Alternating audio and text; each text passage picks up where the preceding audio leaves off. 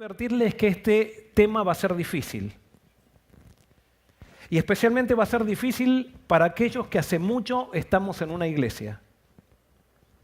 Va a ser difícil especialmente para aquellos que se sienten muy satisfechos con su religiosidad. Va a ser difícil para todos aquellos que estamos agradecidos por lo que hemos vivido en una tradición religiosa.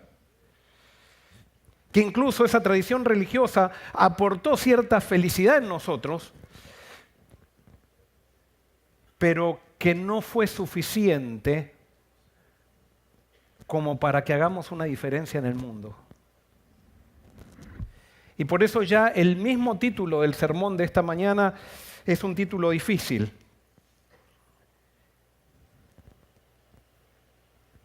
El sermón se titula Cristo está fuera del cristianismo.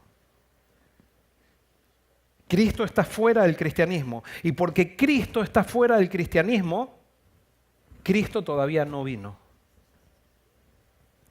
Hasta que Cristo no entre en el cristianismo, Cristo no puede venir.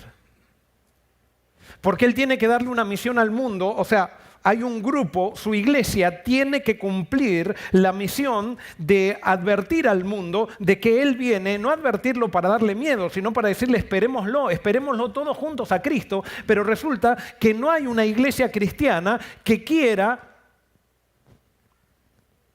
recibir a Cristo. Y alguien puede decir, ¿de dónde sacas esto, Joel? Y quiero decirles que lo que voy a decir ahora, lo que voy a presentar ahora, yo ya lo prediqué aquí. Nada más que cuando lo prediqué los jóvenes, que se los prediqué en 15 minutos, los jóvenes reaccionaron de una manera impresionante, porque Dios cuando elige un motor de su iglesia, elige a los jóvenes. Cuando lo prediqué aquí la primera vez, tuve varios problemas con mucha gente que me discutió a la salida.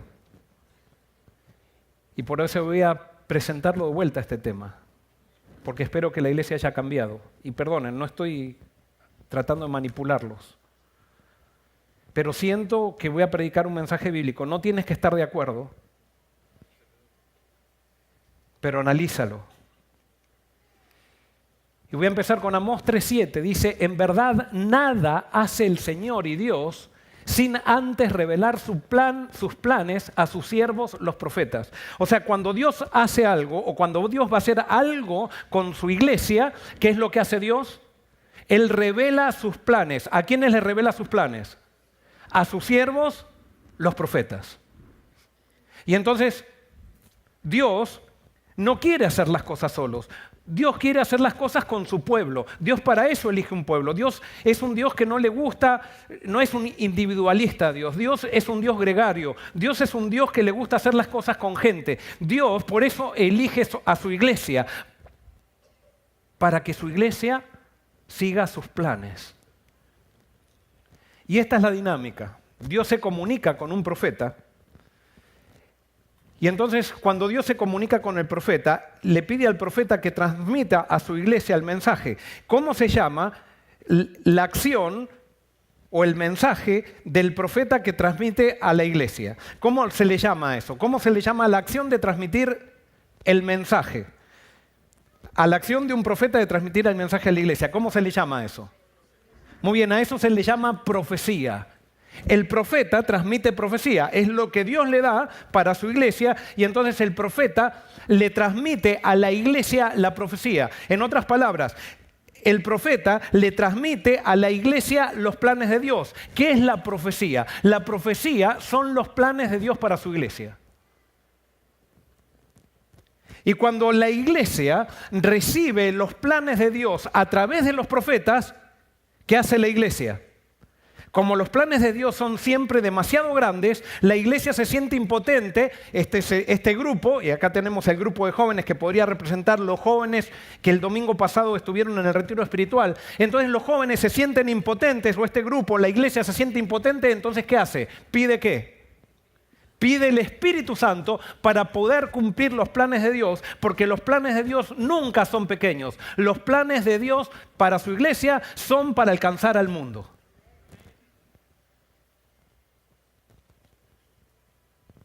Los planes de Dios son siempre planes enormes. Es más, cuando nosotros recibimos la profecía de Dios, que están sus planes allí, nosotros nos sentimos pequeños porque Dios es demasiado grande para que nosotros podamos cumplir por nosotros mismos lo que Él nos propone. Y por eso Él nos promete su espíritu, pero Él quiere que nosotros, con su espíritu, revolucionemos el mundo. ¿Por qué Cristo todavía no vino? Y eso está en Apocalipsis capítulo 1, versículos 1 al 3, nosotros encontramos la razón por la cual Cristo todavía no vino. Dice así: la revelación de Jesucristo que Dios le dio para manifestar a sus siervos las cosas que deben suceder pronto. La declaró enviándola por medio de su ángel a su siervo Juan, el cual ha dado testimonio de la palabra de Dios, del testimonio de Jesucristo y de todas las cosas que ha visto. Bienaventurado el que lee y los que oyen las palabras de esta profecía y guardan las cosas en ella escritas, porque el tiempo está cerca. Aquí el testigo fiel, que es Jesucristo, le dice a Juan que le va a mostrar cosas que deben suceder pronto. Allí no dicen cosas que van a suceder pronto, sino cosas que deben suceder pronto. ¿Por qué deben suceder pronto? Porque Dios quiere hacer las cosas con su pueblo. Y si su pueblo quiere hacer las cosas con Dios, entonces las cosas van a suceder pronto. Pero si su pueblo no quiere, entonces las cosas no van a suceder pronto. Les hago una pregunta: ¿cuándo fue escrito el libro de Apocalipsis? ¿En qué año? El libro de Apocalipsis fue escrito más o menos en el año 80 o 90 después de Cristo. Desde esa época ya, Cristo quería venir al mundo.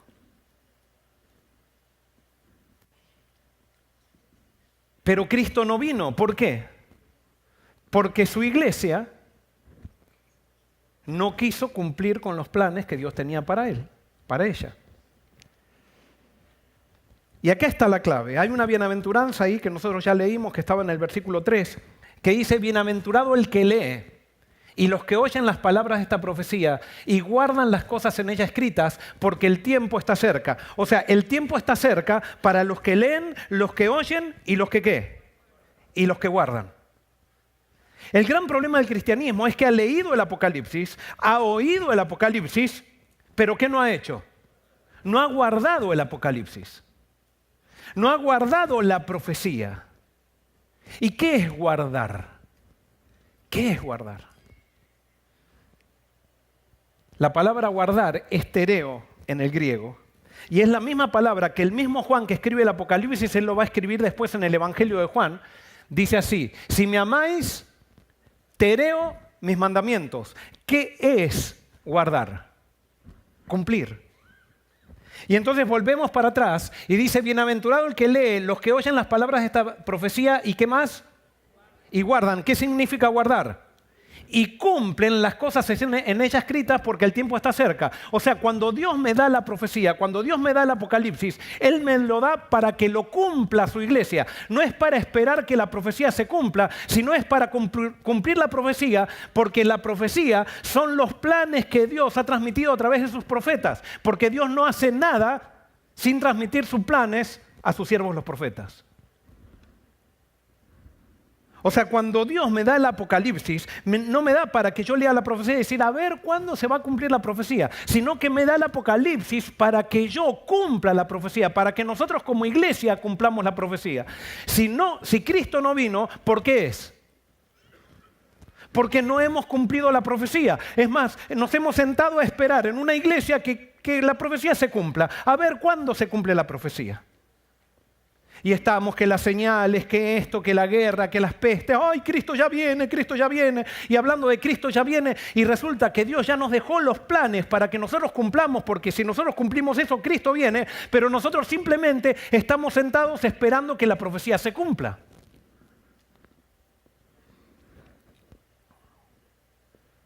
Si me amáis, cumpliréis mis mandamientos. En otras palabras, cumplir significa, tereo, guardar significa cumplir. Fíjense, ya hay Biblias que traducen bien esto. Y en la Biblia, se me fue la palabra, ¿cómo es esta traducción? Biblia de la Palabra, ahí me acordé, Biblia de la Palabra, dice así: dichoso quien lee y dichosos los que prestan atención a este mensaje profético, ¿y qué más? Y cumplen lo que en él está escrito, porque la hora final está al caer. Si nosotros leemos, si nosotros prestamos atención y cumplimos la profecía, Cristo viene pronto. Por eso cuando yo descubrí este mensaje sabía que era un mensaje para jóvenes. ¿Por qué? Porque los adultos estamos demasiado cómodos en nuestra tradición religiosa. Los adultos estamos demasiado cómodos en todo lo que hemos heredado, en todo el sistema religioso que hemos heredado, y nos gusta, nos ha traído satisfacción, nos ha traído seguridad, y no queremos cambios. Es más, con que mi hijo no se drogue, con que no tenga un problema matrimonial y no tenga una enfermedad, sigamos aquí en la tierra. Si Cristo se tarda, con que yo tenga una iglesia bonita. No, Dios eligió a su pueblo para cumplir sus planes porque quiere venir y estar con el mundo.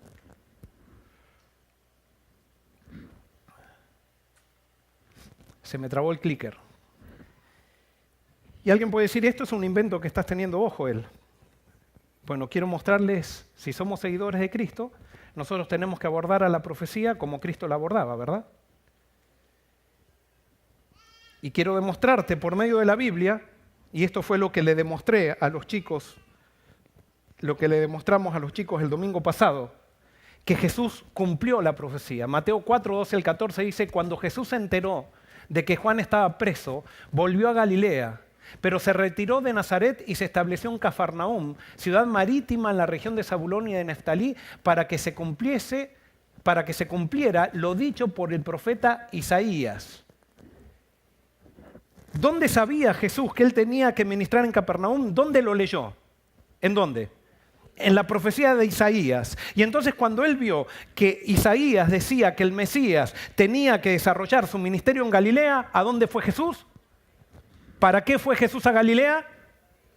Para que se cumpliera la profecía. O sea que Jesús leía en la profecía el plan que Dios tenía para él y entonces él iba y cumplía la profecía. Vamos a ver otro versículo, Lucas 14, 16 al 21. Dice así: Jesús fue a Nazaret, donde se había criado, y en el día de reposo entró en la sinagoga como era su costumbre, y se levantó a leer las Escrituras. Se le dio el libro del profeta Isaías, y al abrirlo encontró el texto que dice: el Espíritu del Señor está sobre mí. Me ha ungido para proclamar buenas noticias a los pobres. Me ha enviado a proclamar libertad a los cautivos, a dar vista a los ciegos, a poner en libertad a los oprimidos y a proclamar el año de la buena voluntad del Señor. Enrolló luego el libro, se lo dio al asistente, se sentó. Todos en la sinagoga lo miraban fijamente. Entonces él comenzó a decirles: hoy se ha cumplido esta escritura delante de ustedes. ¿Cómo sabía Jesús que tenía que sanar a los ciegos? ¿Dónde lo leyó? En la profecía. ¿Cómo sabía Jesús que tenía que ministrar a los pobres? ¿Dónde lo leyó? En la profecía. Es más, cuando Jesús dijo, hoy se ha cumplido la profecía, ¿qué pasó con los religiosos de esa sinagoga?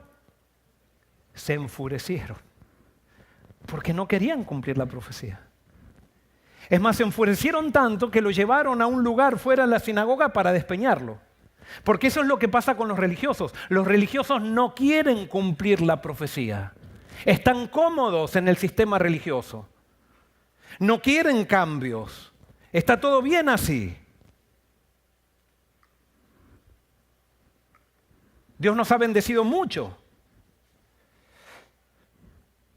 No sacrifiquemos las bendiciones que Dios nos ha dado por cumplir la misión que Dios nos manda. Si al final lo que tenemos son bendiciones de Dios, por lo tanto, ¿por qué vamos a sacrificar las bendiciones de Dios por cumplir lo que Dios nos manda? Y muchas veces, como ha pasado en muchos ejemplos en la Biblia, como seres humanos, estamos dispuestos a quedarnos con las bendiciones de Dios y por ellas dejamos al Dios que nos da las bendiciones. No, Dios nos eligió para que cumplamos la profecía. Mateo 8, 16 y 17 dice, al caer la noche le llevaron muchos endemoniados y con la palabra echó fuera a los demonios y sanó a todos los enfermos, para que se cumpliese lo dicho por el profeta Isaías. Él mismo tomó nuestras enfermedades y llevó nuestras dolencias. O sea que Jesús sanaba para cumplir la profecía que Isaías había dicho, que el Mesías iba a sanar a los enfermos. Mateo 21, 1 al 5 dice, cuando se acercaban a Jerusalén, y llegaron a Betfagé, al monte de los olivos, Jesús envió a 2 de sus discípulos y les dijo, vayan a la aldea que tienen ante ustedes. Allí encontrarán una burra atada junto con un burrito. Desátenla y tráiganmelos. Si alguien les dice algo, respóndanle, el Señor lo necesita. Luego los devolverá. Esto sucedió, ¿para qué? Para que se cumpliera lo dicho por el profeta. Digan a la hija de Sión, tu rey viene a ti, manso y sentado en una burra, sobre un burrito hijo de animal de carga. O sea, Jesús había leído en el libro de Zacarías que la profecía decía que el Mesías iba a entrar en un asno a Jerusalén. Y entonces cuando Jesús leyó esa profecía, dijo, yo tengo que cumplir la profecía. Y mandó a los discípulos a buscar un asno porque él se iba a subir al asno y él iba a cumplir la profecía. No era que la profecía un día lo iba a agarrar inconscientemente a Jesús y de repente él iba a estar arriba de un asno y iba a entrar a Jerusalén. No, la profecía son los planes que Dios deja para su pueblo para que nosotros libremente cumplamos esos planes con Dios. Y si nosotros cumplimos con Dios los planes que Dios tiene para nosotros, Dios va a hacer todo lo que nosotros no podemos hacer. No sé si se dan cuenta de esto, lo importante que es. Ahora, ¿qué pasa si nosotros no queremos cumplir la profecía? ¿Qué pasa si nosotros esperamos que la profecía se cumpla? Y me adelanté un poquito, me olvidé de este ejemplo. Cuando Jesús estaba en la cruz, dice en Juan 19, 28, después de esto, y como Jesús sabía que ya todo estaba consumado, dijo, tengo sed. ¿Para qué dijo que tengo sed? Para que se cumpliera lo que la Escritura decía. ¿Dónde había leído Jesús que el Mesías iba a decir cuando esté agonizando, tengo sed? Él lo había leído en los salmos mesiánicos. Y entonces para que la Escritura se cumpliese, el Espíritu Santo le hizo recordar, y él posiblemente tenía sed también, pero dijo, tengo sed para que la Escritura se cumpliese.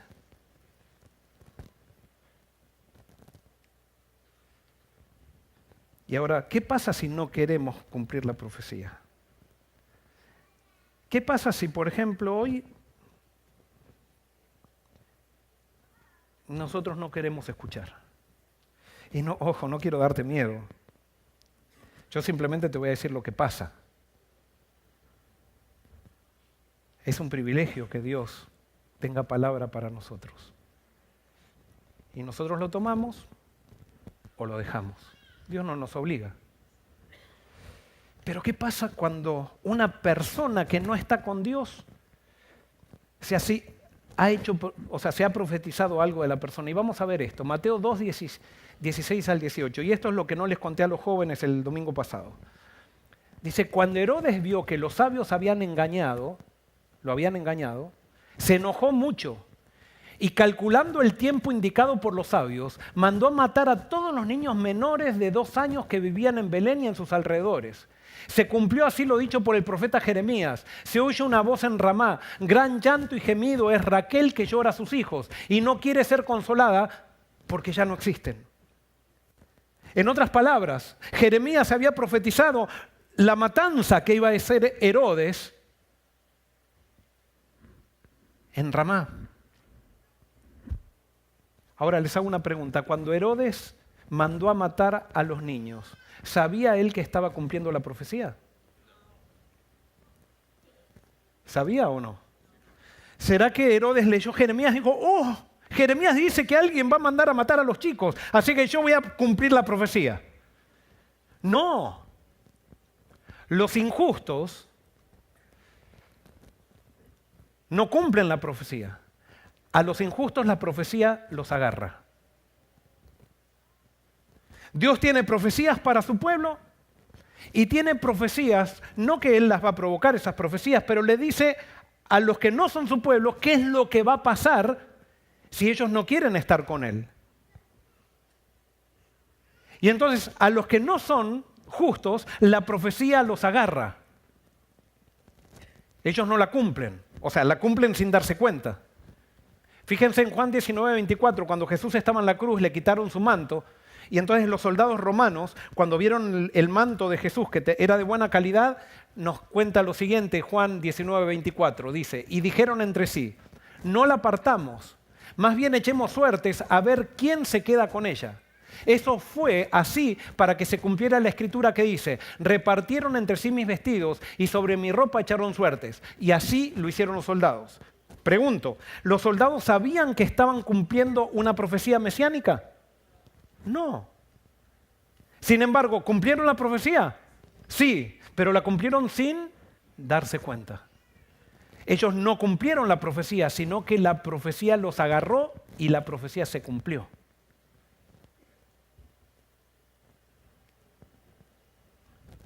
Y para que vean lo interesante, hay un caso mixto, y yo estoy dando algunos ejemplos, no les he dado todos los ejemplos que aparecen en la Biblia.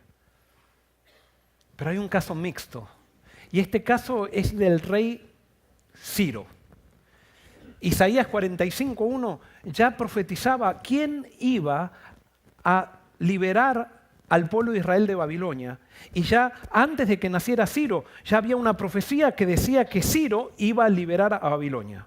Ahora les hago una pregunta. ¿Ciro era parte del pueblo de Dios? No. Entonces, si no era parte del pueblo de Dios y había una profecía con respecto a él, ¿qué iba a pasar? La profecía a él lo iba a agarrar, sin darse cuenta. Y fíjense qué interesante. Dice así, Isaías 45:1. Yo el Señor digo así, a Ciro, mi ungido, al cual tomé de la mano derecha para que las naciones se sometan a su paso y los reyes huyan en desbandada, para que las ciudades le abran sus puertas y no las vuelvan a cerrar. En otras palabras, Dios había profetizado que Ciro iba a conquistar al mundo. Y Ciro conquistó al mundo. ¿Sabía que él estaba cumpliendo una profecía de Dios, Ciro? No. Él conquistaba. Y fíjense cómo sigue Isaías 45:13. A él lo desperté en justicia y allanaré todos sus caminos. Él edificará mi ciudad y pondrá en libertad a mis cautivos sin dar por ellos nada a cambio. Lo digo yo, el Señor de los ejércitos. En otras palabras, entonces, Dios profetizó que Ciro iba a liberar a su pueblo. Ciro comenzó a conquistar todos los reinos y llegó a Babilonia, donde estaba el pueblo de Dios esclavo. Y entró y conquistó Babilonia, cuando todos decían que Babilonia era inexpugnable, que nadie podría conquistar Babilonia. Sin embargo, la profecía decía que Babilonia iba a ser conquistada y que iba a ser conquistada por Ciro. Pero entonces, cuando Ciro conquista Babilonia, ¿con quién se encuentra en Babilonia? ¿Con quién se encuentra? Se encuentra con el profeta Daniel. Y cuando se encuentra con el profeta Daniel le muestra la profecía, primero le habla de Dios, Daniel a Ciro, y es interesante porque Ciro se convierte a Dios. Y cuando Ciro se convierte a Dios y acepta al Dios verdadero, Daniel le muestra la profecía que hablaba acerca de él, de que él iba a liberar al pueblo de Israel. Y entonces fíjense cómo dice el segundo libro de Crónicas, 26, 22 al 23, cita al mismo Ciro, dice: pero para que se cumpliera también la palabra del Señor pronunciada por Jeremías, en el primer año del rey Ciro de Persia, el Señor despertó el espíritu de Ciro para que por todo su reino pregonara la palabra de palabra y por escrito lo siguiente. Y fíjense, ahora habla Ciro. Ciro es el que habla. Dice así dice Ciro, rey de los persas: el Señor, el Dios de los cielos, me ha dado todos los reinos de la tierra y me ha ordenado edificarle un templo en Jerusalén, que está en Judá. Si hay entre ustedes alguien que sea de su pueblo, que el Señor, su Dios, lo acompañe y vuelva a Jerusalén. ¿Dónde descubrió Ciro de que Dios había dicho que iba a liberar a su pueblo? ¿En dónde? En la profecía. Resulta que Ciro no conocía a Dios, y mientras no conocía a Dios, la profecía lo agarraba y él cumplía la profecía sin darse cuenta. Pero cuando él aceptó a Dios, Daniel le mostró la profecía, y Ciro, ¿qué hizo cuando vio la profecía? La cumplió.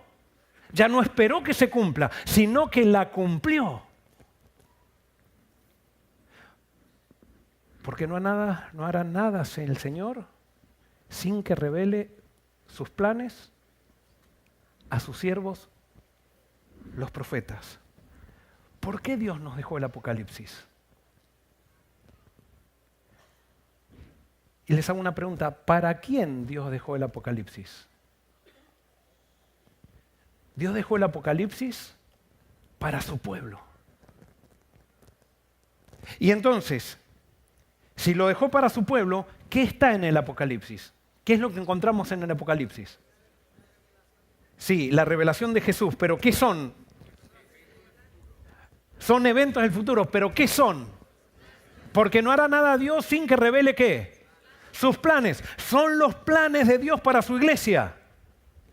Son los planes de Dios para su iglesia.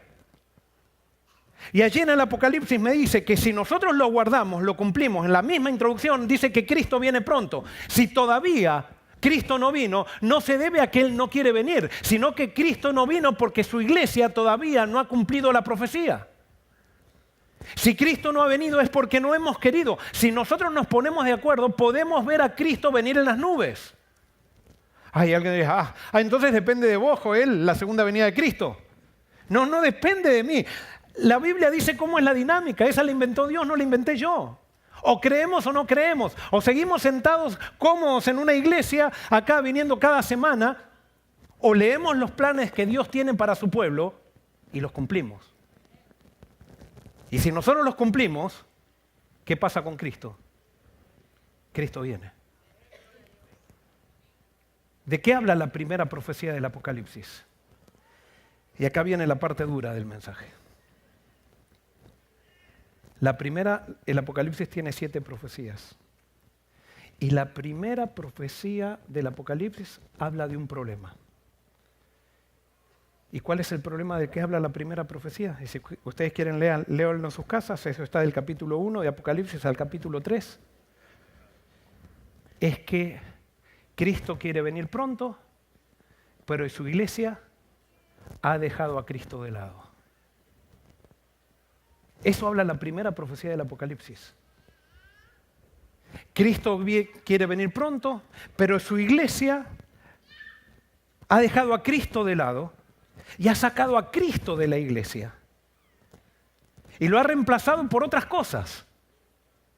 Y entonces la primera profecía del Apocalipsis es un llamado que Dios hace a que su pueblo se arrepienta. Cumplir la profecía es dejar que Cristo entre dentro de la iglesia y dejar que Él nos dé arrepentimiento, que nos cambie nuestra manera de ver las cosas, que nos cambie nuestra manera de ver la religión, que nos cambie nuestra manera de ver la iglesia, que nos cambie nuestra manera de vernos a nosotros mismos, que nos cambie nuestra manera de ver al prójimo. Pero en la primera profecía del Apocalipsis dice que Cristo está fuera de la iglesia y está ¿qué?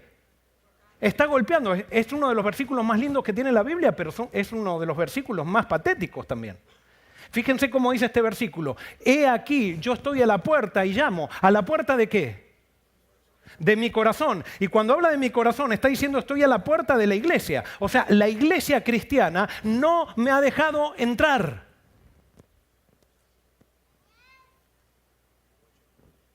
Y sigue diciendo, yo estoy a la puerta y llamo, si alguno oye mi voz y abre la puerta, entraré a él y cenaré con él y él conmigo. Este es uno de los versículos más lindos de la Biblia.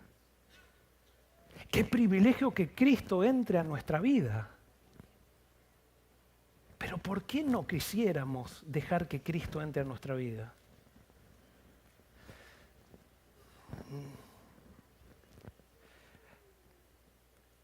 Cada uno tendrá sus razones. Pero los seres humanos nos resistimos al amor de Cristo. Nos resistimos a que Jesús sea el Señor y tome el control. Queremos nosotros siempre tener el control. ¿Cómo es que el cristianismo sacó a Jesús del centro? Ojo, no lo estoy diciendo yo esto lo está diciendo el Apocalipsis. No podemos discutir el Apocalipsis. El Apocalipsis dice que al final del tiempo el cristianismo va a sacar a Cristo del medio. Y entonces Dios hace un llamado y dice, yo quiero que cumplan la profecía. ¿Saben qué? Lo único que les pido es arrepiéntanse. Y le está diciendo eso a los cristianos, no le está diciendo eso a los ateos, no le está diciendo a los mundanos, no le está diciendo a los drogadictos, no le está diciendo, no, le está diciendo a los religiosos, arrepiéntanse.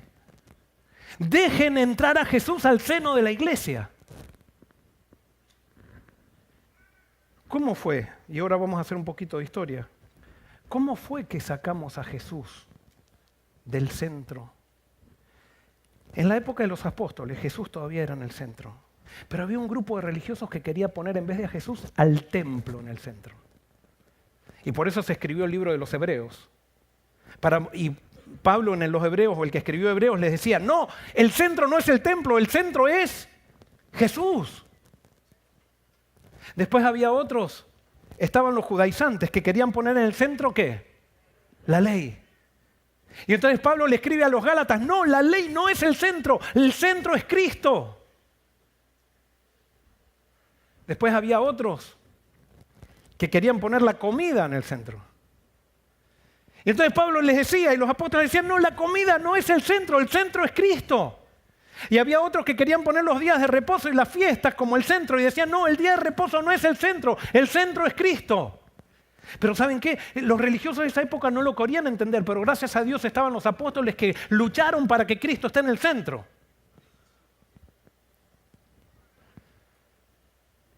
Pero una vez que murieron los apóstoles, lastimosamente estas cosas que son muy buenas todas, comenzaron de a poquito a tomar el centro, a querer tomar el centro. Los apóstoles lo que querían mostrarle a la gente es qué es lo que identificaba a un cristiano en la época de los apóstoles. Les hago la pregunta a ustedes, ¿qué era lo que identificaba a un cristiano? Era que se parecían ¿a quién? A Jesús. Y por eso les decían cristianos. Pero había gente que decía, no, lo que nos identifica es el templo. El que no adora en el templo no es cristiano. Los que querían hacer de la ley el centro decían, no, lo que nos identifica es la ley, no es Cristo. Cristo está bien, pero lo importante es la ley, los mandamientos. Y los apóstoles decían, no, es Cristo. Y había otros que decían, no, la comida, si una persona no come, entonces no es. Lo que nos identifica es la comida. Y los apóstoles decían, no, es Cristo, no es comida, el evangelio no es comida ni bebida, es Cristo. Eso está en la Biblia, léanlo. Y después otros decían, no, es el día de reposo o los días de fiesta. El que no guarda los días de fiesta o de reposo no es. Y decía, es Cristo. Ahora, ¿estaban todas mal estas cosas? No. Pero los apóstoles querían mostrar que es con Cristo que se comienza y después lo demás queda en las manos del Espíritu Santo. Lo que querían mostrar los apóstoles era que el que era cristiano se identificaba por parecerse a Cristo, por tener el fruto del Espíritu, que es amor, gozo, paz, paciencia, benignidad, bondad, fe, mansedumbre, templanza. Era el carácter de Jesús. El que se parecía a Jesús era cristiano. Y por eso el cristianismo fue tan poderoso. Porque era gente llena del Espíritu, gente que no hacía acepción de personas, gente que no separaba a nadie. Y por eso los apóstoles decían, los gentiles también son parte. Si ellos tienen el Espíritu, si se parecen a Jesús, suficiente. Suficiente. Pero había gente que quería meter más cosas. Entonces pasaron unos años, se murieron los apóstoles y apareció un rey, un emperador que se llamó Constantino. Y entonces tuvo mucho éxito en sacar a Jesús del centro. ¿Y qué puso en el centro? Desde Constantino ya a un cristiano no se lo identificó más como parecido a Cristo, sino como se identificó a los cristianos después de Constantino. ¿Saben? ¿Cómo? Se lo identificó por un credo. El que cree está bien. El que cree una teología está bien. El que cree una teología incorrecta está mal. No importa si no te pareces a Cristo, no importa. Lo que identifica es creer, las creencias correctas. Y entonces allí comenzó a corromperse el cristianismo. Porque ahora ya no era importante parecerse a Cristo. Lo importante era estudiar mucho y definir bien las cosas. Y entonces el que no las definía bien era considerado hereje. Y entonces después vino la iglesia de la Edad Media, el cristianismo de la Edad Media, que dijeron, está bien, tenemos un credo, pero... Y entonces empujó un poquito más a Jesús del centro, y entonces, ¿qué metieron en el centro? La iglesia de la Edad Media. ¿Qué puso? La iglesia de la Edad Media puso a la iglesia en el centro. Entonces, ¿cómo se identificaba un cristiano? Aquel que pertenece a una iglesia. Y el que no pertenecía a una iglesia, es más, no importa si no te pareces a Cristo, es más, si tú le haces guerra a la iglesia, ¿qué te vamos a hacer? Te vamos a quemar en la plaza. Te vamos a quemar vivo en la plaza. Y ahí comenzó lo que se llamó la Inquisición. Que al que estaba en contra de la iglesia, porque ahora ya el centro no era Cristo, sino que el centro era la iglesia y ¿qué más? Y el credo. Y entonces ya no era Cristo. Y entonces después surgen los protestantes. Y los protestantes tenían un credo, porque los protestantes tenían un credo, hicieron a la iglesia un poquito más chiquita, pero ¿qué pusieron en el centro? Los protestantes pusieron en el centro la doctrina de la justificación por la fe. No importa si no reflejas a Cristo, con que creas bien la doctrina de la gracia y que tú creas que eres salvo solamente por fe, entonces está todo bien. Entonces reemplazaron a Cristo por una doctrina, pero no siguieron pensando en la autoridad de la iglesia porque ¿saben qué? Los protestantes también, cuando se encontraban con un católico que no creía en la doctrina de la justificación por la fe, ¿qué hacían los protestantes con los católicos? ¿Qué hacían? A esta no lo sabían, ¿no?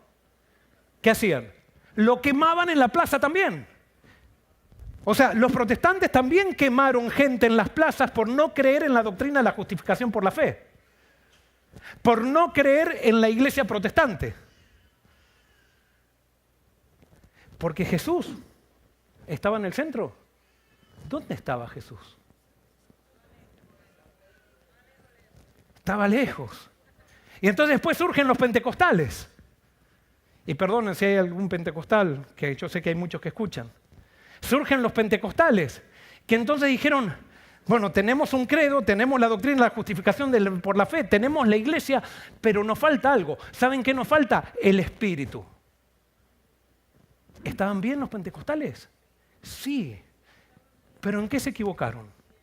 En que ellos, en vez de identificarnos por el fruto del Espíritu, que es amor, gozo, paz, paciencia, bondad, fe, mansedumbre, templanza, ellos dijeron, ahora nos vamos a identificar por los dones del Espíritu.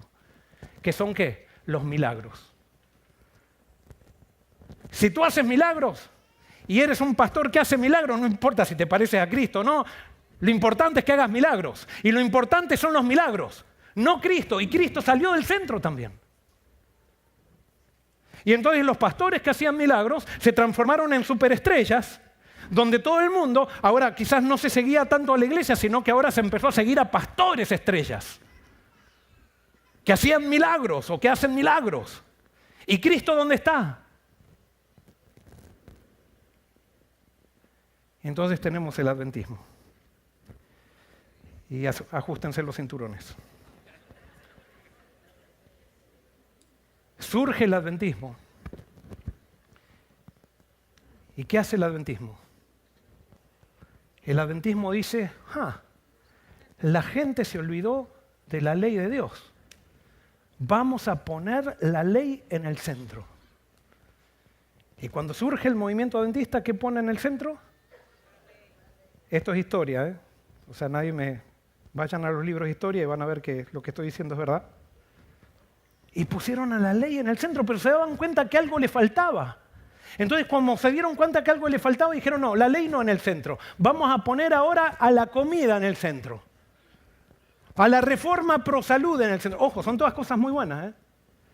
Y entonces ahora ya no se identificaba. Primero se identificaba un adventista por guardar la ley. Ahora se identifica a un adventista porque lo que come o lo que no come. ¿Y Cristo? Y entonces eso trajo mucha salud. Y resulta que los adventistas vivieron más de 12 años, recuerdo a la National Geographic, viven 12 años más en promedio que el común de la gente. ¡Qué bueno! Vivimos más. ¿Y Cristo? Y después se dieron cuenta que algo faltaba. Entonces, cuando se dieron cuenta que algo faltaba, dijeron, no, falta la doctrina de la justificación por la fe. Entonces trajeron la doctrina de la justificación por la fe también, que no somos salvos por gracia. Pero quiero decirte algo, Cristo no es una doctrina. Yo puedo definir muy bien una doctrina, pero Cristo no es una doctrina. Cristo es una persona. Y empezaron a hablar de la justificación por la fe, pero se dieron cuenta que algo faltaba. Entonces, como se dieron cuenta que algo faltaba, dijeron, no, ahora la iglesia es importante. Y vamos a poner en el centro la iglesia. Y para eso se creó un manual de iglesia en 1932, que está muy bien, que haya un manual de iglesia que me enseñe procedimientos, pero cuando el manual de iglesia me empieza a decir lo que un cristiano debe hacer o no hacer, cuando un manual de iglesia me empieza a decir qué es lo que debe comer, qué es lo que debe portarse, cómo debe... No, tenemos a la Biblia, no necesitamos un manual de iglesia que rija nuestra vida. Está muy bien el manual de iglesia para decir así se maneja una junta, así vamos a manejar la organización, pero cuando el manual de iglesia se mete en la vida del cristiano, ya no tiene lugar eso. Pero entonces eso le da poder a la iglesia. La iglesia empieza a tener poder para regir la vida de sus miembros. Y entonces vieron que eso no era suficiente y necesitaban servir, entonces ¿qué se creó? Y entonces empezamos a ser conocidos por nuestros hospitales y nuestro sistema de salud. Y después cuando eso no era suficiente, que son todas cosas muy buenas, empezamos a ser conocidos por las escuelas y por el sistema escolar que teníamos. Y después se dieron cuenta que algo faltaba. Y entonces dijeron, no, ahora ¿cómo se va a identificar a un cristiano? Por la vestimenta. Y especialmente con las mujeres vamos a decir cómo una mujer se tiene que vestir. Y qué tiene que usar y qué no tiene que usar. Y entonces un cristiano se empezó a identificar por las cosas que se ponía. Y entonces cuando eso se dieron cuenta que no era suficiente, dice, algo falta, algo falta. Entonces, ¿qué pasó? Vamos a crear un credo. Algo dice, no, una declaración de doctrina. Es lo mismo, es un eufemismo eso. Es exactamente lo mismo. ¿Por qué? Porque si alguien no cree, no es. Y si cree, es. Eso es lo que es un credo. Y entonces se metió, todos somos parte de esto, se metió un credo y ya ahora nos identificamos por un credo. Y entonces después, eso pasó en 1980, y entonces después de 1980 se dieron cuenta que algo faltaba. ¿Por qué más nos podemos identificar? Ahí dijeron, por el estilo de culto. Es aquel que toca en el culto himnos de los pioneros. Himnos de acuerdo como era en la época cuando nació este movimiento. Y hago una pregunta, ¿y Cristo? ¿Cuándo nos vamos a identificar por Cristo?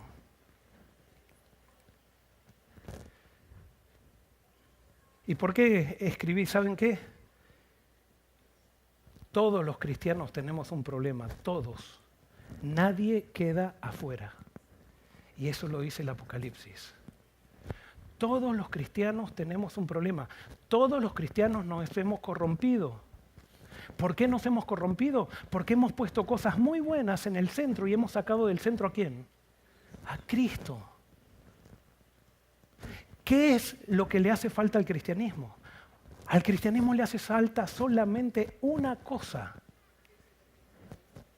Le hace falta que nos unamos y nuevamente traigamos a Cristo al centro. Y cuando Cristo es el centro, Cristo es poder de Dios para salvación, para el judío, para el griego, para el católico, para el protestante, para el pentecostal, para el adventista y para todos. Pero todos estamos mal. Todos estamos mal. Cuando dicen, tienes que venir a nuestra denominación para poder ser, no. Tú tienes que encontrar a Cristo para poder ser. Y alguien puede decir, pero entonces, ahora seguro que va a salir alguien, ¿y usted, pastor, de qué denominación es? Quiero decirte algo. Yo soy pastor ordenado de la Iglesia Adventista del Séptimo Día. ¿Y por qué soy pastor de la Iglesia Adventista del Séptimo Día? Porque las denominaciones no son la iglesia. ¿Entendido? Las denominaciones no son la iglesia. Las denominaciones son el llamado específico que Dios le dio a un grupo de creyentes específico. Y yo soy adventista porque creo en la segunda venida de Cristo y creo en el llamado que Dios me dio para hablarle al cristianismo de que Cristo viene pronto. Pero no quiere decir que porque yo tengo ese llamado nadie más tiene otro llamado. Todos tienen llamado, todos los cristianos tienen llamado. Todos han sido elegidos por Dios y en todas las denominaciones hay gente sincera y hay gente hipócrita. En todas las denominaciones hay gente que ama a Cristo y hay gente que ama a su iglesia. En todas las denominaciones hay gente que ama a Cristo y hay gente que ama su credo. Pero Dios no nos llamó a amar iglesias, no nos llamó a amar credos, nos llamó a amar a Cristo. Y cuando amamos a Cristo, amamos al prójimo. Cuando las denominaciones dicen que nosotros somos la iglesia verdadera, está totalmente mal porque la iglesia verdadera no es una denominación. La denominación es un simple llamado que Dios hace. La iglesia verdadera son todos aquellos que han entregado su vida a Cristo, no importa en qué denominación estén.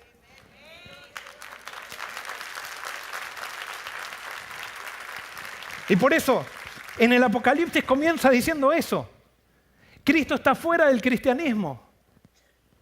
Pero el Apocalipsis también nos dice algo.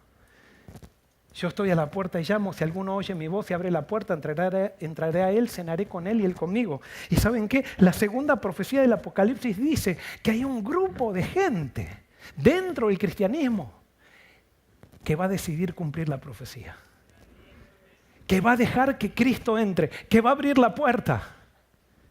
Y que cuando abra la puerta va a tener la felicidad que da el Espíritu, que da Cristo en la vida del creyente. Y quiero decirte algo, eso fue lo que experimentaron los jóvenes el fin de semana pasado.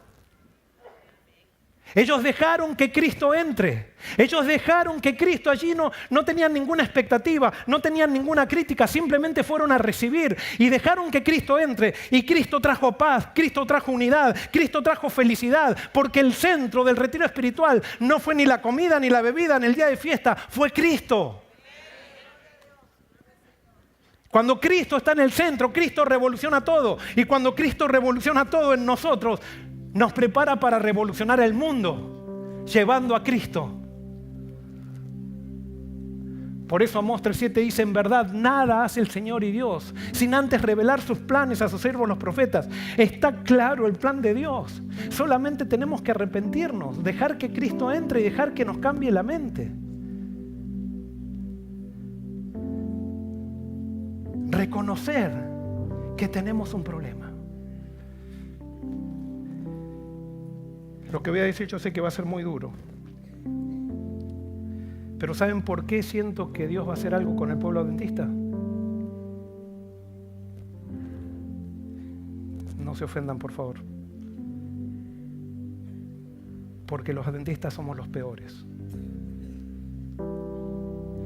Y la Biblia dice que Dios siempre llama a lo peor para avergonzar a los sabios.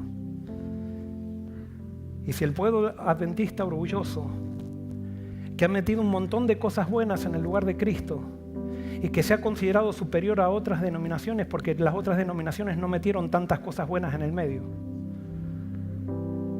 Si nosotros nos arrepentimos y dejamos que Cristo entre, Dios va a hacer grandes cosas con nosotros.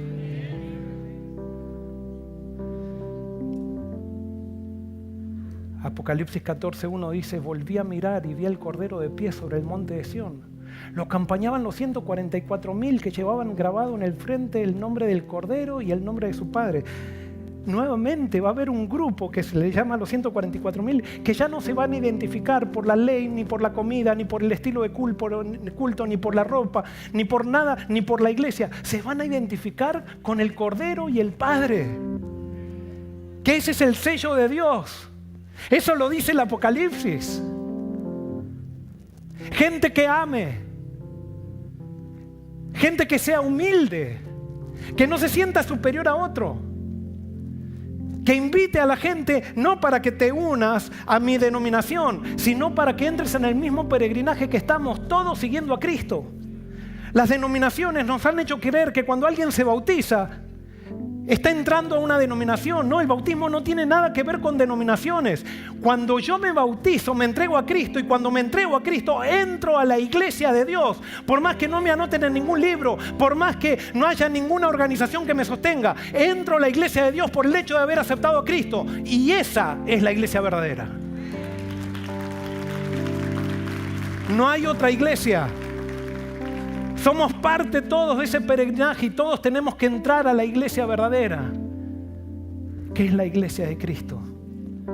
Y entonces Jesús dice en Juan 10, 14 al 16, yo soy el buen pastor, conozco a mis ovejas y ellas me conocen a mí. Así como el Padre me conoce y yo lo conozco y doy mi vida por las ovejas. Tengo otras ovejas que no son de este redil y también a ellas debo traerlas. Así ellas escucharán mi voz. Y habrá un solo rebaño y un solo pastor. ¿Habrá un solo qué? ¿Tiene ovejas en otro qué? ¿Cuáles son los rediles que no son de Cristo? No, los rediles no son otras denominaciones. ¿Saben cuáles son los rediles que no son de Cristo? Son los que sacaron a Cristo del centro. Esos son los rediles que no son de Cristo. Y les hago una pregunta, ¿en qué redil estamos nosotros? Estamos en el redil que más cosas ha metido entre medio de Cristo y nosotros.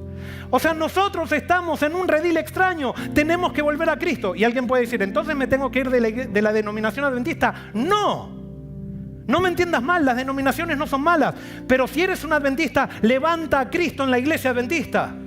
Si eres un pentecostal, levanta a Cristo en la iglesia pentecostal. Si eres un católico, levanta a Cristo en la iglesia católica. Si eres un evangélico, levanta a Cristo en la iglesia evangélica. No tienes que dejar ninguna denominación. Las denominaciones son llamados de Dios. Sigue cumpliendo tu llamado, pero pon en el centro a Cristo. Y cuando pongamos en el centro a Cristo, los que pongamos en el centro a Cristo, vamos a estar en la iglesia verdadera, que es el único rebaño del cual Jesús es pastor. ¿Saben qué? En el campamento pasado, de la semana pasada, pasaron cosas maravillosas. Y ayer con los jóvenes nos reunimos aquí en el parque para hacer una santa cena. Y cuando estábamos en la santa cena, pasó Mía a dar testimonio. Y dijo, a mí me hubiera gustado bautizarme en el campamento, pero no me animé. Yo quiero decirles que me gustaría bautizarme algún día. Entonces Jennifer del equipo fue y le dijo, ¿vos te querés bautizar mañana? Sí, claro. Y Mía hoy está en el bautisterio para bautizarse. Amén. Pero ahí no queda. Porque Mía le entregó su corazón a Cristo. Y cuando le estaban diciendo a Mía, los padres de Mía dijeron, ¿nosotros nos podemos bautizar con ella también? Y por supuesto que sí. Y ahí están los padres de Mía y Mía para bautizarse, para entrar en la iglesia verdadera. Después, si ellos quieren ser miembros de nuestra denominación, gloria a Dios. Pero ahora van a entrar a la iglesia verdadera porque están aceptando a Cristo en sus vidas. Y Mía va a ser parte de ese movimiento final que va a arrasar al mundo.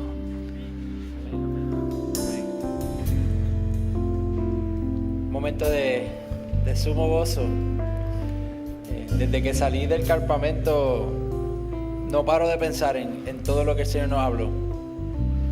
Como dijo Joel, yo siento también que soy otra persona después de salir de ese momento. Y así se sienten muchos de los muchachos. Y Mía fue una de las que me sorprendió, porque le pedí al Señor, y sí, perdonen, pasen los muchachos, todos los de la clase también, de los papás, si están también aquí y quieren venir aquí a apoyarlos, pasen por aquí también a los, ¿cómo se llama la clase? La clase Fernanda, vengan para acá, encuentro, ¿es que? Así que pasen por acá. Fue un milagro. Yo decía, ella era la más bebé del campamento. 13 años lo que tienen, ¿verdad?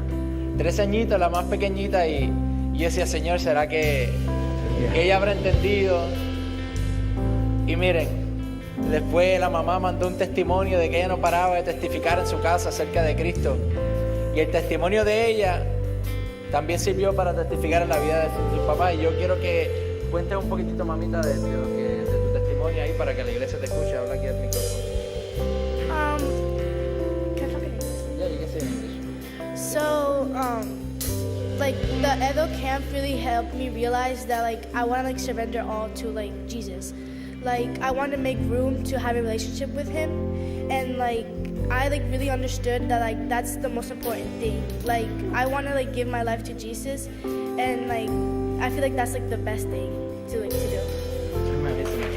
Ella dijo que el campamento la ayudó a darse cuenta de su necesidad que tenía de Jesús, de hacer espacio para Jesús en su vida y a rendirle toda su vida a Él.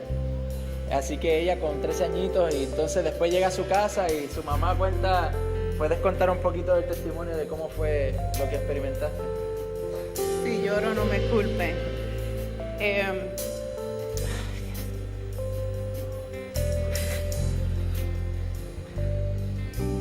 Como le había explicado a los jóvenes ayer, de que nosotros somos de New Jersey y yo nunca había venido a Florida. Cuando mi esposo me dice, vamos para Florida, yo estaba renegada, que no voy para Florida. Cuando llegué ese calor inmenso, no lo aguantaba. Pero estábamos alejados de Dios. También nuestro matrimonio estaba alejado de Dios. Y mis hijos también.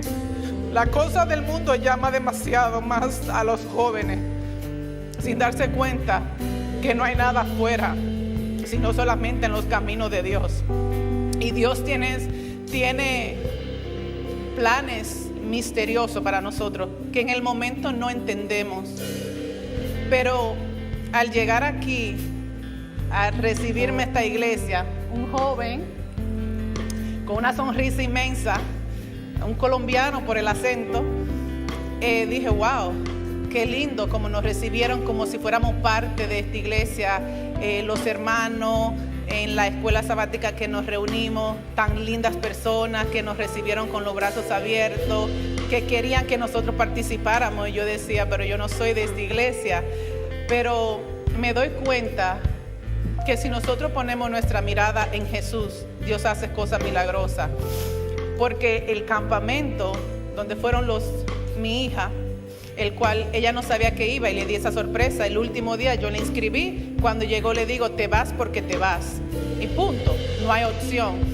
Y se fue, no quería quedarse, sentía tristeza que le iban a dejar, pero cuando regresó, cuando la recibimos el lunes, cuando iba a buscar su ropa, me dice, mami, yo me encontré con Jesús, yo quiero dar mi vida a Jesús, me quería bautizar, pero pensé que te iba a enojar. Le dije, ¿cómo me voy a enojar de algo tan maravilloso? Es una decisión personal y si tú lo decidiste, lo debiste hacer. Pero yo le dije, llegará otra oportunidad. Y ayer al venir aquí compartir, y ¿cuál es la muchacha que nos dijo que te quería bautizar? Jennifer, que es una hermosa persona, un gran ser humano, se acercó y le dijo si se quería bautizar. Y yo dije, esta es otra oración contestada porque no queríamos bautizar como familia. Y mi esposo dice, aprovecha, esta es la oportunidad que Dios nos está revelando que nos tenemos que bautizar junto con nuestra hija como familia. A veces uno no sabe cómo Dios trabaja, pero a través de mi hija hoy estamos aquí. Entonces tenemos que orar mucho por esta iglesia, por los jóvenes, porque Dios hará su obra. Qué lindo. Bueno, y hoy estamos aquí bautizándote. No es una iglesia, it's not a church, it's a movement. You already heard the call. Es un movimiento. Esto no estamos haciendo algo para que entres a un club social. It's not a social club. Now you know there's a move, there's a mission, and we got it. Yo no sé si la iglesia lo entendió, pero los jóvenes lo entendimos. Y para mí, Joel, esto es uno de los mensajes que más ha bendecido mi vida desde que te conocí. Y cuando me dijiste eso, para mí fue, ¿qué? Que yo estoy esperando que ponga la ley dominical aquí, esperando cuánto, yo no sé, 2000 años, y pues vamos a darle. Y yo me propuse eso, vamos a darle. Y yo ver los jóvenes también, que están en las mismas que yo, no lo puedo creer. Así que yo no sé si usted, no sé si yo soy un apasionado, pero yo espero que también la iglesia esté apasionada así como tú. This is your first disciples, ¿ok? Que estás haciendo tu familia. Así vas a ser con tu amiga, con tus demás amistades y con mucha gente más. Y ustedes también, así mismo van a hacer con todos los que conocen. Vamos a revolucionar esto porque queremos que Cristo venga. Amén. Amén, amén, amén, amén. Bueno, vamos a orar. Padre, gracias, Señor, por este milagro que acaba de ocurrir. Gracias por lo que estás haciendo en la vida de todos los jóvenes aquí, Señor, que estamos decididos a cumplir la profecía para que tú vengas, Señor. Haremos lo que tengamos que hacer. No importa lo que suceda, vamos a seguirte, Señor. Así que gracias por esta familia, gracias por Mía, por ser parte de este movimiento. Y Mía, es un placer y un honor bautizarte en nombre del Padre, del Hijo y del Espíritu Santo.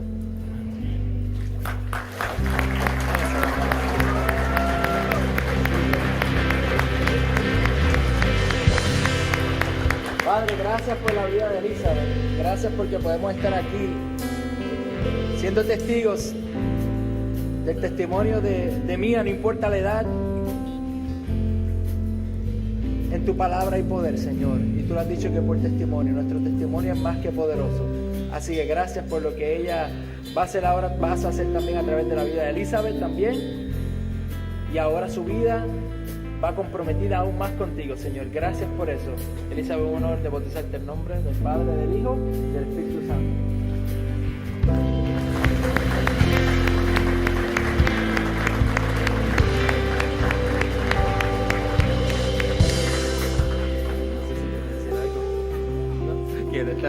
Bueno, gracias, Señor. Aquí está el sacerdote de este hogar, Señor, que lo vas a capacitar para ser de bendición para su familia y para todos aquellos que lo rodean también, Señor. Gracias porque tú vas a hacer a través de él también cosas maravillosas. Y él ha decidido también, a través del testimonio de su hija, entregarse tu vida hacia ti, Señor. Gracias por eso. Y es de un placer y un honor bautizarte en el nombre del Padre, del Hijo y del Espíritu Santo.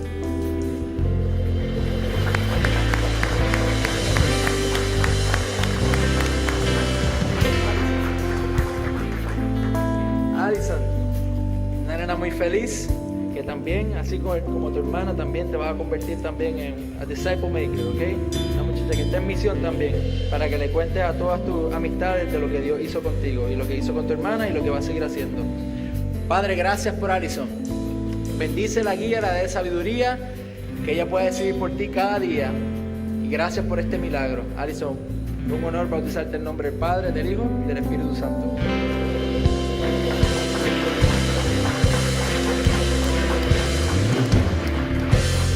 ¿Qué tú quieres decirle a todo el mundo?